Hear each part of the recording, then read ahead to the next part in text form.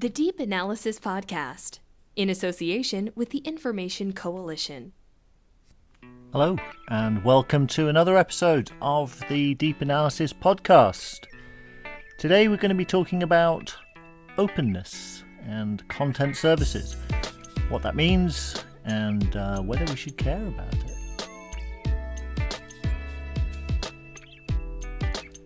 So today I am going to go with the flow and talk about content services and not ECM. That's a discussion for another day as to why, but in the context of open source, services are key. Few, if anyone's going to buy and implement a monolithic, all singing, all dancing, open source ECM system, but then nor is anyone going to buy a closed source monolithic ECM system. What they're going to do is buy multiple services to build and improve or fix a business need. So with that in mind, let's noodle a little on what open source means in 2016. It's a term that's come a long way since the 1990s when it typified true community platform building. Today, most enterprise open source software is led not by a community, but by a commercial firm of some description. The community still plays a part in many of these, for sure, feeding back improvements, but the core is controlled tightly and it's commercialized appropriately. I guess in truth, there isn't commercially much, if any, difference today between most open source and proprietary enterprise software. But there are still differences that are worth taking note of. The times they are changing, and we seem to be coming full circle from siloed products to grand visions of all singing and dancing unique platforms. The developer, for long sidelined, is coming back into the fore and starting to take charge again. So a content service that runs on open standards, has an open architecture and a community base is quite appealing. It means a bigger pool of developers to draw upon, more creative options to utilize services like big data, cloud, AI, and in the future blockchain for digital transformations. So the time does seem to be right for the current open source content service vendors to make some hay. And some are, to be fair. Nuxio is claiming a record year of growth, and Alfresco's inked a few big deals this year too, with the likes of NASA and Boeing. Effersoft is seemingly doing pretty well in the capture market, and Acquia, though it certainly had its challenges, is still a big deal in web content management. Those vendors, in theory at least, and there are many more, have more freedom to change with the times and adapt to new opportunities. At the same time, we have to be realistic and recognise that those same vendors don't have the same level of funding or even market visibility of some of their closed-sourced peers. So, though there are opportunities, it's still a bit of an uphill struggle for them. Even so, I think over the next 3 to 5 years, we're going to see much more openness, and openness in the broadest sense of the word. We're already seeing some of that with the slow death of the proprietary repository.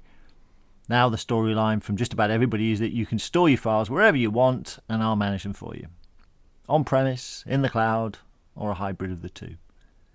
We're also seeing content service vendors leverage AI and big data capabilities from Google Azure, Amazon, and make those available to their customers. More and more broad APIs are being launched to provide developers with more options to develop their own unique platforms and service spins. That's a trend that's going to continue for some time to come, and it's a good thing. But if history teaches us anything, it will likely come full circle, and many enterprises will come to the realization that just because they built it all themselves, it's not actually any better than anybody else's. Nuxio, to give again credit where it's due, talks about the fact that they take more of an open kitchen approach. And as an avid cook, I can relate to this. By the way, check out the new series of MasterChef professionals in the UK. Standards are amazing. Bit of an aside there. But by open kitchen, Nuxio's obviously not talking about cooking. They're talking about how they are, well, proud of their platform, architecture and technology, and the underlying code. So they're more than happy to have it examined should anybody want to. Come into the kitchen, have a look around. Not everyone's going to have the same approach, and some people, and certainly some vendors, really don't want you to see the conditions inside their kitchen, because you certainly aren't going to be eating anything out of it if you do. More often it's less that, and it's more just a long-held fear that you might steal it or copy it. But even so, there's a strength and a value in providing developers with an open, flexible, modern content services platform and a set of tools for rapid deployment and development. It's something a lot of the vendors, maybe all of the vendors arguably, are striving towards. And yet here's the twist. They're caught at times between a rock and a hard place. Because the mantra of the past few years has been the importance of the business in the buying decision. That's been a double-edged sword as shadow IT has become rampant, and business buyers, they don't really care what's under the covers. They just want to know how it will work for them and how much it's going to cost.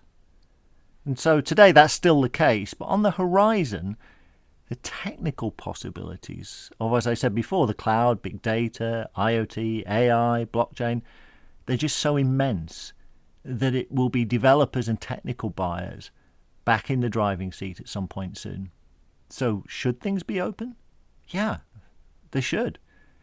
But open source and all of the community aspects that have traditionally come with that is an acquired taste. It's really not for everyone.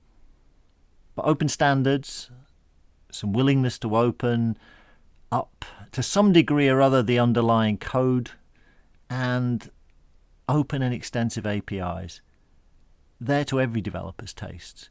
They're good things. And I think we're going to see much more of that.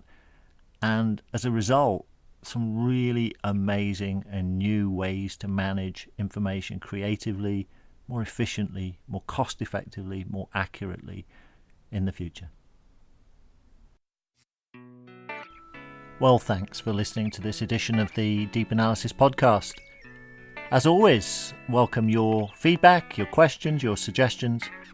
And of course, should you be looking at the future of information management for your organisation, let us know. We might be able to help. And you can always check us out at www.deepanalysis.net. Until next time, bye.